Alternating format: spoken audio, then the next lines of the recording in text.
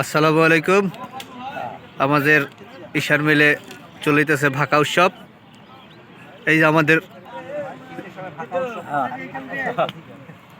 যে আমাদের ফারুক ভাই, দেখেন আজকে উনি বাড়ি যান নাই ভাকা উৎসবে, কানে হেডফোন দিয়ে ভাগা খাচ্ছে।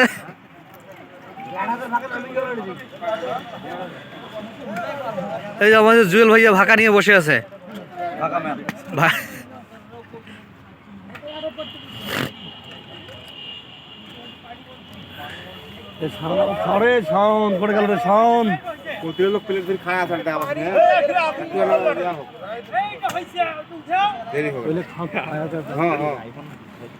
জ্যাকেটটাকে মতি খুলে